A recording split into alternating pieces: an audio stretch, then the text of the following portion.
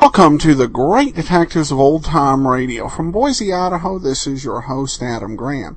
If you have a comment, email it to me, box13@greatdetectives.net. Give me a call, 208-991-4783. Well, before we do get started with today's program, I do want to encourage you to check out greatdetectives.net and our weekly articles. I write a lot of articles, normally one or two per week, and they end up posted on the weekends, reviewing audio dramas, mystery books, a lot of the classics, as well as writing about classic television and radio programs. So if that's your interest, you can read the articles for free over at greatdetectives.net. You can also have the articles delivered automatically to you on your Kindle, and that service is available for a 2-week free trial. Just put Great Detectives of Old Time Radio in the Amazon search box, or we also have a handy link over in the sidebar. Well, we're going to take a listen now to today's episode of Barrie Craig, Confidential Investigator. The title is Song of Death. William Gargan stars as Barrie Craig, confidential investigator.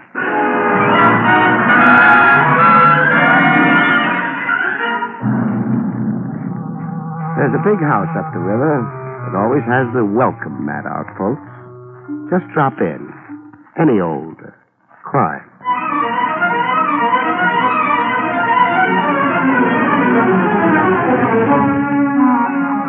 The National Broadcasting Company presents William Gargan in another transcribed drama of mystery and adventure with America's #1 detective, Barrie Craig, confidential investigator.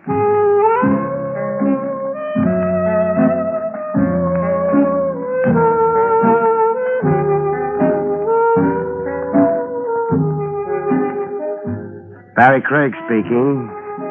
The streamlined confidential operator keeps a case file with a nod to police regulations and with an eye to posterity.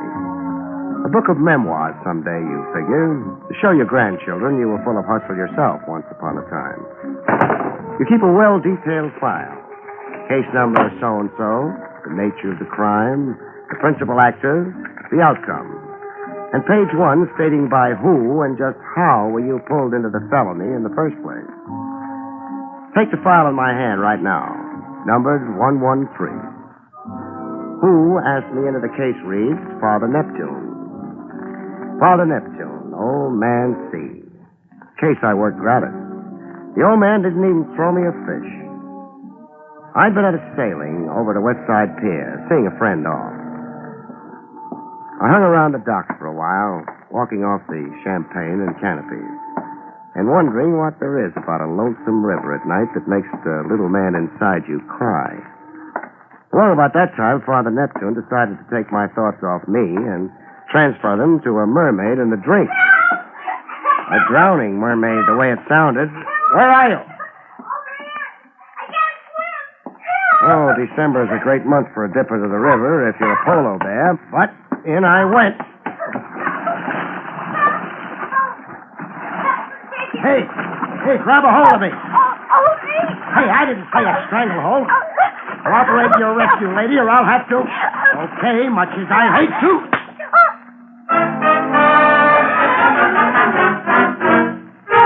On the pier, it took time to bring her to. I worked her arms, pump handle style, and water sprayed from her like a fountain. She finally came around to join the battle of the sexes. You hit me. To break your stranglehold. It's in the book. What book? How to save hysterics from drowning themselves and the rescuer. Oh. You didn't have to hit me so hard. Oh, my jaw. Feel the welt. Got my brand on it now. BC. BC? Barrie Craig. The initial man's ring I'm wearing left initials on your jaw. You're crazy. And cold. Yeah, me too. Pray it's pneumonia. Well, why that? There's no cure for a cold. So? There's a cure for pneumonia. Penicillin. You are crazy. You want an ambulance? Definitely not. A police wagon? Don't you dare. Then what? Your place? Is that proper? How can I know? We've only just met, Barrie.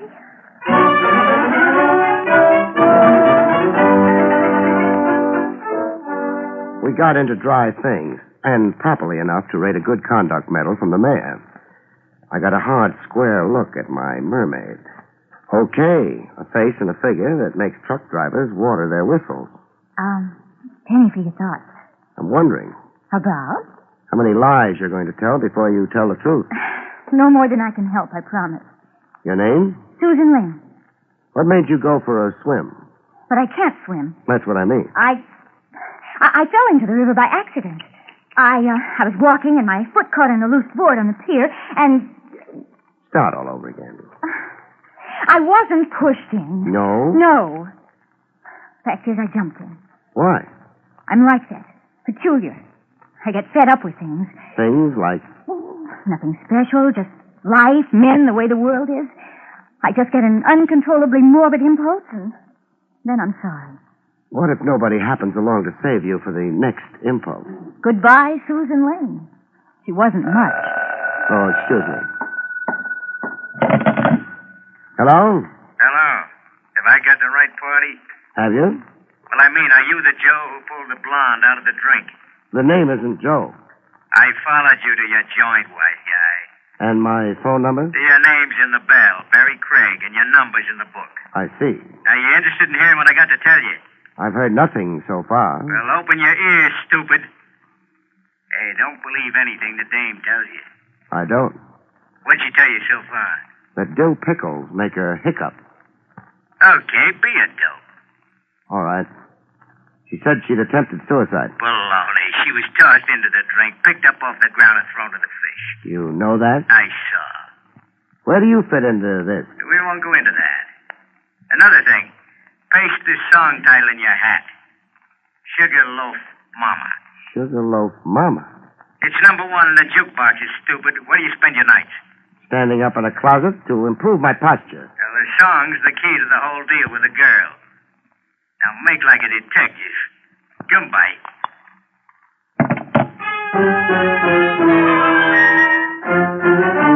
I made like a detective with Susan. All right, I did lie. Somebody attempted my life. Who? He wore a mask. And why? I don't know. Oh, we're sure making progress. I can't tell you what I don't know. I suppose I might as well skip asking, who was with me on the telephone? Skip asking me. The song, Sugarloaf Mama. What about it?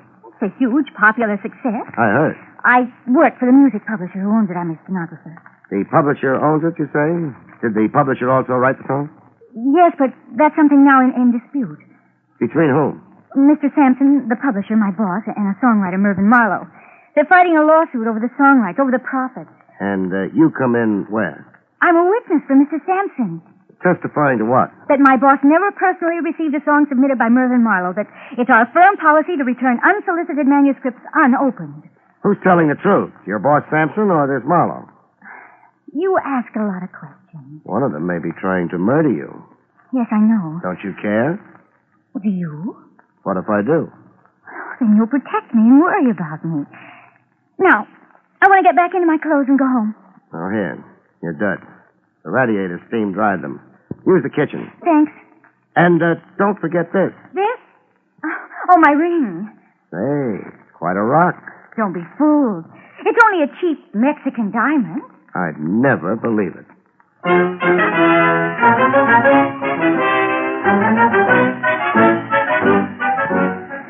A lightning change of wardrobe, and we were on the street, arm in arm, like we'd been engaged since the high school prom. Call a cab, Barrie.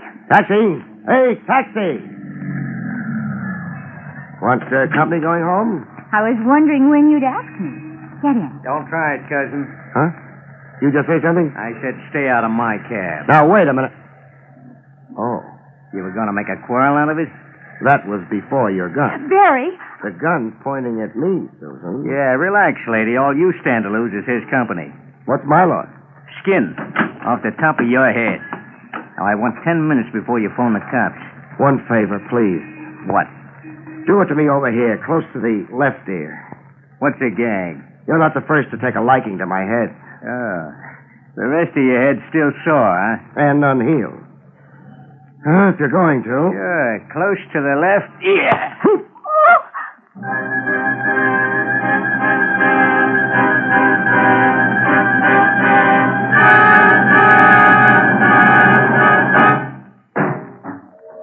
You fall down and you get up. You're still the same guy, except that your legs have aged 10 years and your hat doesn't fit. While looking for a phone booth, I put one and one together. My anonymous caller and the kidnapping cab driver add up to one guy, the same guy.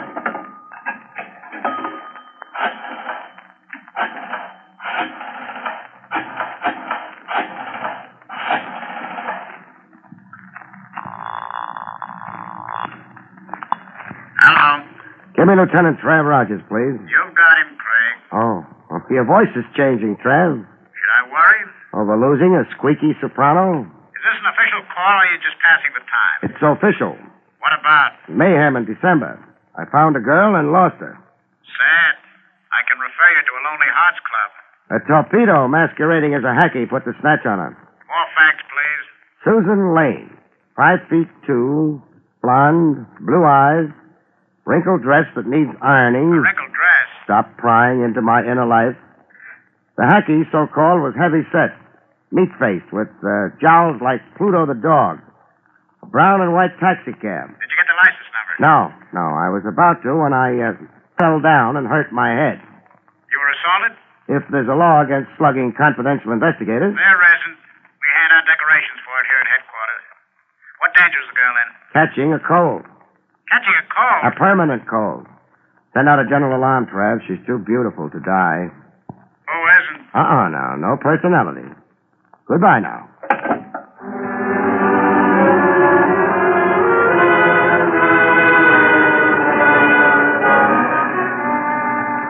Eli Sampson, music publisher, occupied a building that looked like an inferiority complex. Calcimine streaks for paint.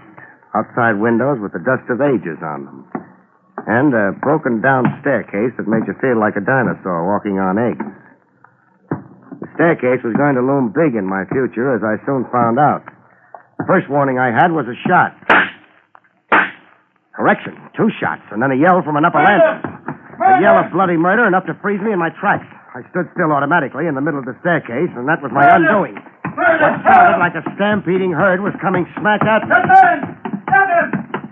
Him was a wild-eyed maniac who looked like he jumped out of the street. Out of my way, you. I'd love to oblige, but narrow like this staircase is, it's for bottleneck. I said out of my way. I'll need time to shift to reverse. Let me do it for you.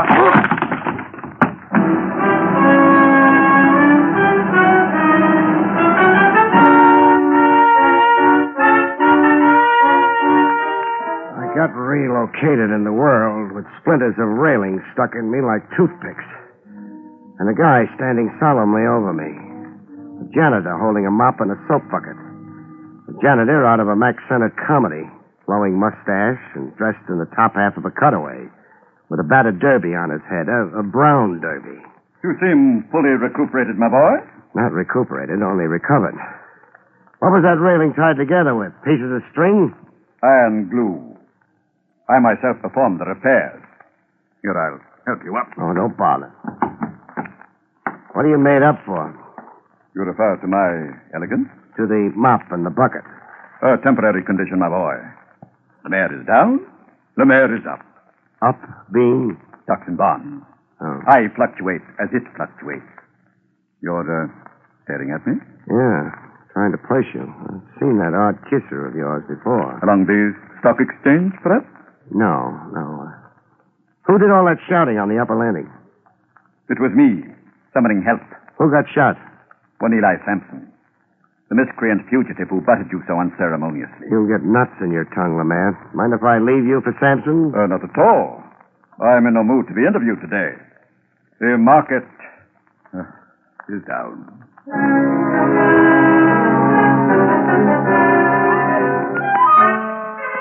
I found Sampson in his office, fluttering his eyelids. How do you feel?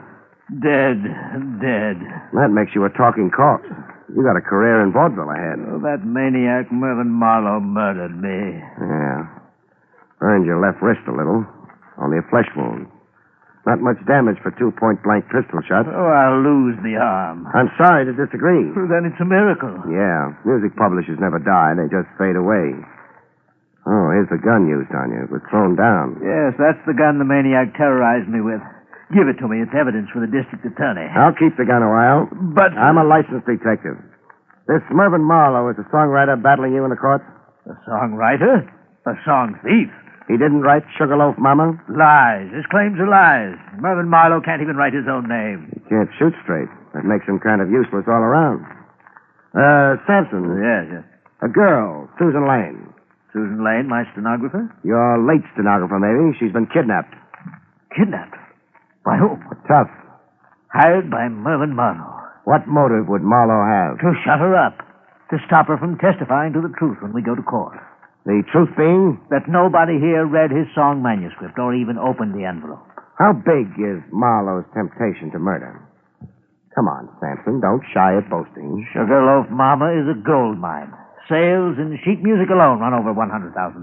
Motive aplenty to keep Blondie from testifying at all costs. He'll kill Susan. You'll find her dead. Where do I find Mervyn Marlowe? In a garret in East Harlem, 3601 First Avenue.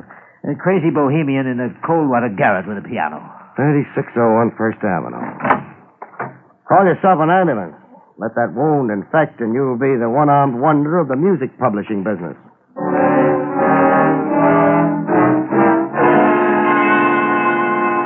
Before quitting the building, I looked up Lemaire, the janitor. I found him in the basement, washing up. Welcome to my humble quarters, my boy. Dry your face. I've got something to discuss. Proceed. You clean the offices as well as the halls? Yes. The mockery of it. Being able to use your master key as you are, you're no doubt well familiar with the contents of the offices? I am, after a fashion, that is. And, after a fashion, also familiar with the contents of desks? Do I detect an innuendo that I snoop? You detect. Base and reprehensible slander, my boy. As of this moment, consider our discussion terminated. This gun. You ever seen it before? You've seen it in Sampson's office, maybe? Okay, so we're going to play close mouth. This your locker? I asked, is this your locker? It is. Open it. Why? I want to total up the stamps, the scotch, clips, and rubber bands. Your day's haul, man. You dare accuse me of the pettiest of thievery? Yeah, I dare.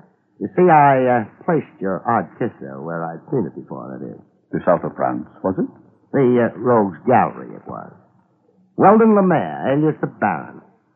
And what snatching ladies' handbags, if not petty thievery? Shh, not so loud. I lose face with the building management. Tell me what I want to know. Yes. I have seen this precise pistol before. Where? In Mr. Sampson's desk drawer. The bottom left drawer, if my memory serves. You've cost me a pretty piece of change. The blackmail you could have wrung out of Sampson. So it's Sampson's own gun, huh? The old reprobate shot himself? The old reprobate sure did.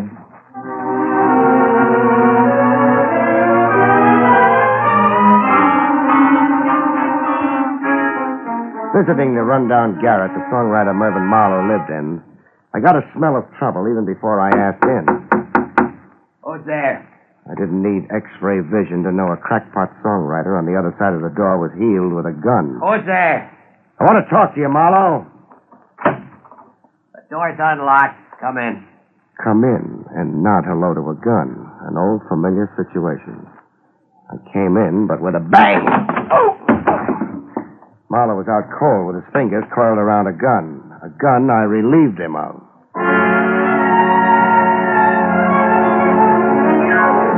He came to, cursing himself.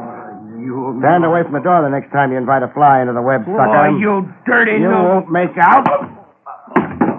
When you find it monotonous, tell me.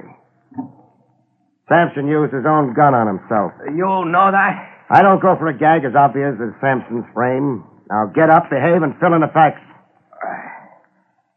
Samson asked me to call on him for a talk. We had an argument.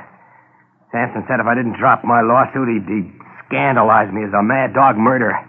I socked him one on the jaw, and Samson grabbed a gun out of a desk drawer. And? He said he'd frame me if I didn't sign papers swearing my claims to Sugarloaf Mama were a fraud. He said he'd swear the gun was mine and that I'd come in to kill him, that he'd overpowered me and seized the gun after I'd fired at him. When I ran out, Samson fired 2 shots, not at me. At himself. He gave himself a flesh wound. That's Samson all over. Anything for $1. $100,000. Money belonging to me. He stole my song. You'll have your day in court. Yeah, with Samson's lying stenographer perjuring herself with a boss. Now that we're down to her, where is she? Where is she? What are you talking? Susan Lane was kidnapped. Now what frame up? You and Samson are the interested parties. If she was for Samson, she was against you. So? So only you'd have a motive in shutting off her testimony, it would appear. If you arrange the snatch, Marlowe, you're a sucker. Get out from under while you can. Ring off. I had nothing to do with it. How about an attempt on her life on the docks? Nope. You're incapable of it? I'm capable of it, but I didn't do it. You own a hat? Sure, why? Get it. I'm taking you to headquarters. What for? You'll only land on the floor again. To protect you against yourself. That wild gleam in your eye belongs under temporary lock and key. I spent years writing a song, picking my brains, days, nights, starving in this filthy, infested hole. So that swindler Samson... That's just what I mean. The fire night you're cooking at, you've got to explode. If you're really innocent of anything so far, I want to keep you that way. Walk in front of me.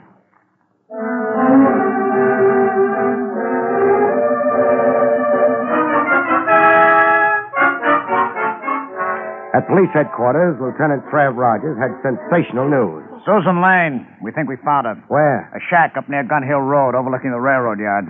But how? Let's go get her, shall we? I'll tell you how another time.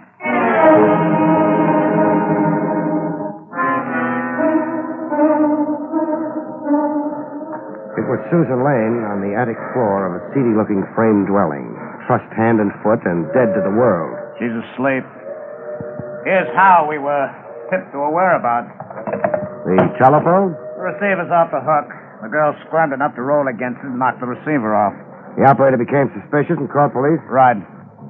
Help me untie her, Trev. I've got a pocket knife. Hey, Susan, wake up. Huh? Susan, it's me, Barrie. Oh, she seems dopey. An overdose of sedatives, I'd say. See how the pupils of her eyes dilate? Somebody figured that sleep, she couldn't make a disturbance. Where am I? In the arms of the law, baby. I've never seen you this romantic, Craig. I've always had a soft spot for struggling stenographers. Let's all ride downtown now, huh?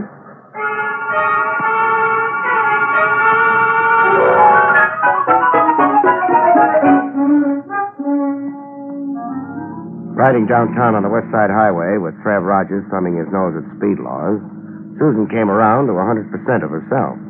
To lean against me contentedly, purring like a kitten. I feel so good. You're making Trav's bachelorhood an awful load to bear. Hand-holding will only get your palms sweating, Don Juan. Suppose we talk about the case, Craig. You talk. Samson and Marlowe. One of them hired the kidnapper. What could Samson's motive be? The same motive he had in shooting himself. Frame and discredit Marlowe in advance of their trial over that song. Possibility. But you don't buy it? Not right away. Oh, take that exit and pull up to Pier 41. What for? It's the pier where the case began. Began for me. Some clue you missed there? Reconstruct the crime. Isn't that standard approved routine? All right, Brain. Pier 41. Susan. Yes? Follow me. I'll need your help. All right. It began about here. I heard a cry for help. Is this about where you were when a masked somebody threw you into the river? Yes, I think so. Good. Now, let's reenact it. Stand facing the river. Yes. I'm the masked mister. I steal up behind you, grab a hold. Don't be ticklish. I hoist you into the air, so... Oh, no. Craig! Craig, do you have to be that realistic? Oh, I have to be. How else can I heave a cute little bundle like Susan into the drink? Craig, you maniac, she can't swim. Oh, can't she? But you saved her life in the first place. Yeah, that's what she wanted me to think. That was the hook, and I swallowed it. She can't swim, huh? Look at that Australian crawl. She swims like a fish. Yeah, good old will to self-preservation. I was counting on that to convict her.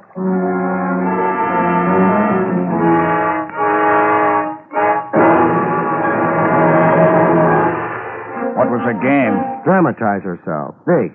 Make out her life was being attempted. To bleed Sampson for a big slice of those song profits. More than she's already got. Already got. When she climbs back on the pier, gander at a hunk of so-called Mexican jewelry she's wearing. Appraise the ring at Tiffany's and find out what a bonanza stenography can be for a smart girl. Samson gave her the ring? A down payment for her perjury. But if the blackmail was set up so good, why embellish it with phony attempts on her life? And the kidnapping. Fear. Marlowe could gun for her, for lying for Sampson. Ditto Sampson to keep her from telling the truth. The truth being that Marlowe wrote Sugarloaf Mama. So? So by making herself a police problem, or my problem, that is, she scared Sampson and Marlowe from daring to harm her. Clever. Oh, here she comes. Oh, hello, baby. Oh, that was contemptible of you, Barrie. A flaw in my character. So sorry. Just by the way, who was the atrocious kidnapper? Oh, my brother. Oh, I'm cold. Where do you suggest we go? Your place? No, it really wouldn't be proper this time. I'd be pinched for sequestering police property.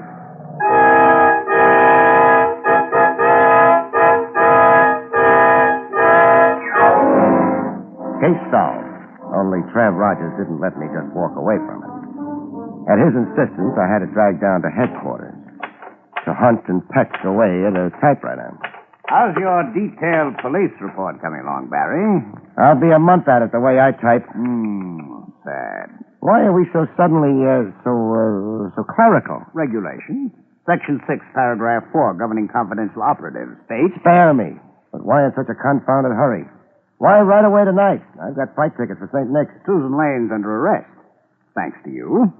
I can't just book her, not without a precise stipulation of charges. Then get me a competent typist. Sorry, they've all gone home.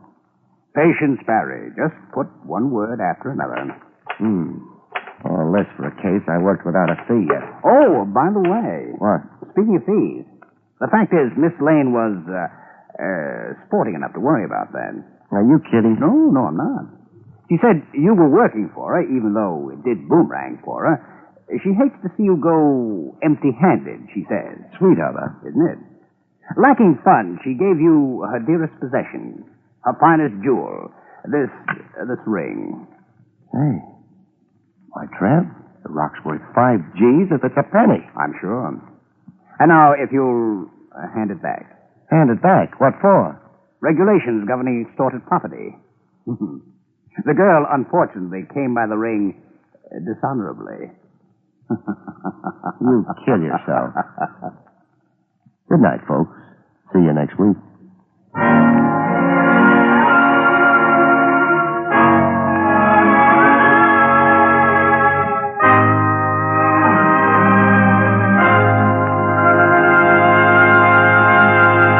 You have been listening to William Gargan in another exciting transcribed mystery drama from the adventures of Barrie Craig, confidential investigator. Tonight's story, Song of Death, was written by John Robert. Next week, it's the strange story titled Death of a Private Eye, about which Barrie Craig has this to say. Next week, I'm hired to help a man pay a visit, but discover instead that my client has a visitor first. That visitor being death. See you next week, folks.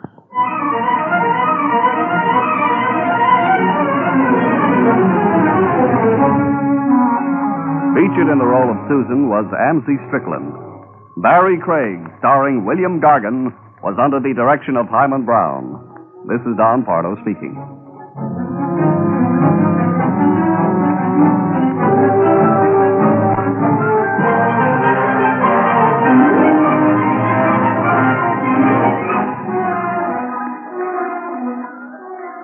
Now enjoy Meredith Wilson's Music Room. on NBC.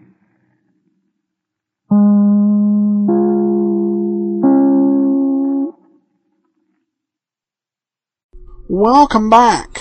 This was a nice episode with a lot of twists and no corpses. I loved it when Barrie requested where he would get hit on the side of the head.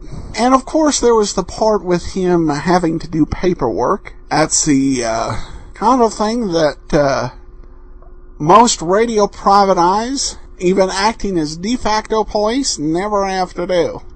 Well, we turn now to some listener comment and feedback, and we got a nice review on our app in the iTunes store. PR Oak writes, "This app is well worth the money. A small ticket price in return for a whole lot of entertainment. If you like old radio shows, this is the app for you." Well, thank you. I appreciate that review. And speaking of our app, that's a good segue there.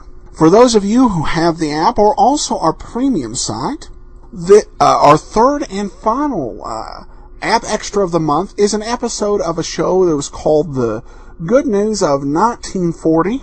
It was one of the great entertainment variety shows of the era, and it features William Gargan in a guest starring role. And if you'd like the app, it's available in the iTunes, Amazon, and Android store for $1.99. And you can also get access to our apps if you don't have an Android or iPhone through our premium subscription, leaving a tip of $7 or more at greatdetectives.net, and that actually gives you access to the extras for both the Great Detectives of Old Time Radio and the Old Time Dragnet show. So check that out. Alright, well that will do it for this week. We'll be back tomorrow with Rogues Gallery. In the meanwhile, send your comment to box13 at greatdetectives.net. Give us a call, 208-991-4783. But from Boise, Idaho, this is your host, Adam Graham, signing off.